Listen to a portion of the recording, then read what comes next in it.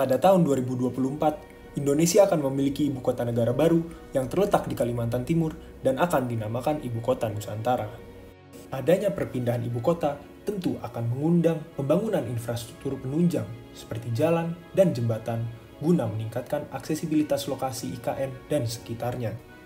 Akan tetapi, maraknya pembangunan ini merupakan sebuah ancaman terhadap janji Presiden Joko Widodo yang mengupayakan Indonesia agar dapat mencapai angka 0 dalam emisi karbon pada tahun 2060 mendatang.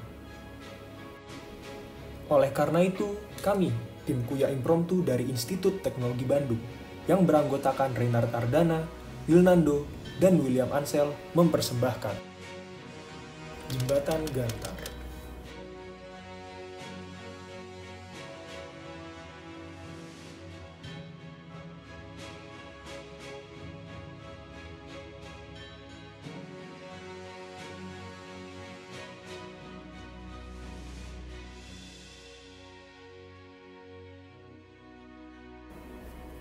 Jembatan Gantar memiliki lokasi yang serupa dengan Jembatan Manggar, sebuah jembatan yang berada di Kecamatan Balikpapan Timur, Kota Balikpapan, Provinsi Kalimantan Timur. Dan jembatan ini menghubungkan daerah Manggar dan Lamaru. Pemilihan lokasi ini didasarkan ketersediaan dan kemudahan dalam mendapatkan material beton yang dapat ditentukan berdasarkan keberadaan matching plan. Kemudian, di lokasi ini sudah ada banyak penduduk, sehingga diharapkan pembangunan jembatan ini dapat memudahkan mobilitas penduduk setempat dan dapat memajukan perekonomian di daerah tersebut. Berikut adalah kondisi sekitar dari Jembatan Manggar yang didapatkan dari aplikasi Google Earth.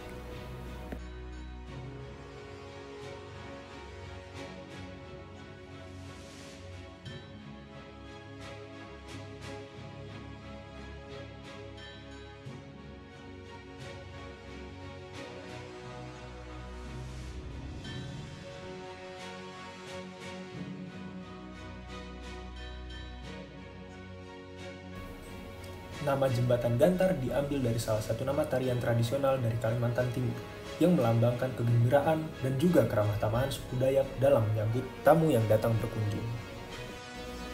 Jalan pada Jembatan Gantar merupakan jalan dengan 4 lajur dan 2 arah, dengan lebar masing-masing lajur sebesar 7,5 meter dan lebar penapang parapet sebesar 1 meter, sehingga lebar total dari Jembatan Gantar adalah 17 meter. Panjang total dari jembatan ini adalah sepanjang 135 meter yang dibagi menjadi 3 bentang, dengan panjang masing-masing bentang mencapai 45 meter.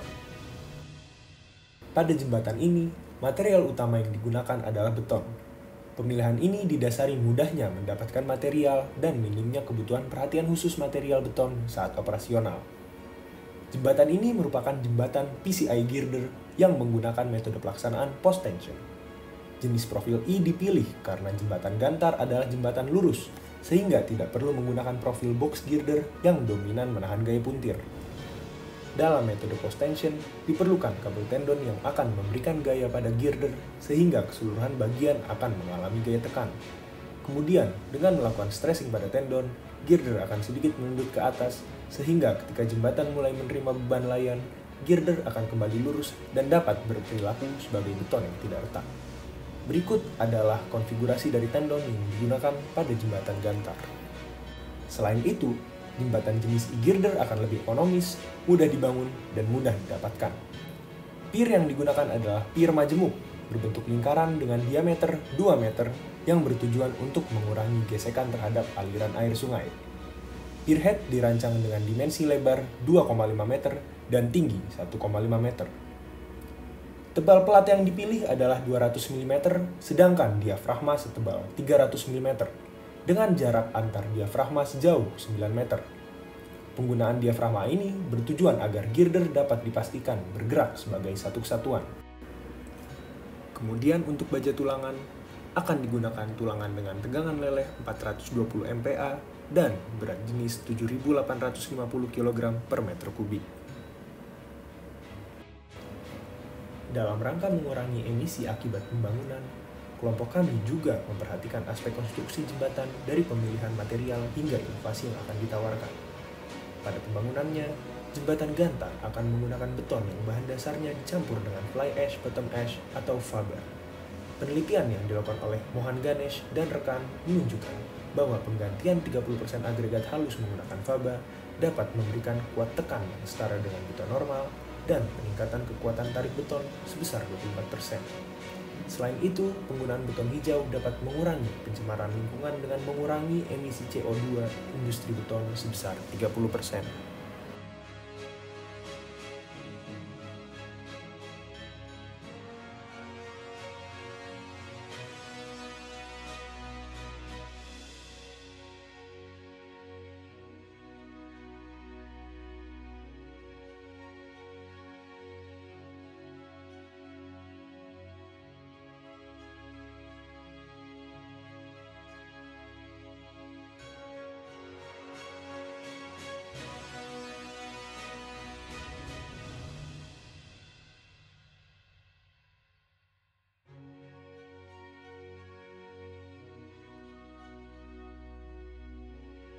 Demikian hasil perancangan jembatan Gantar.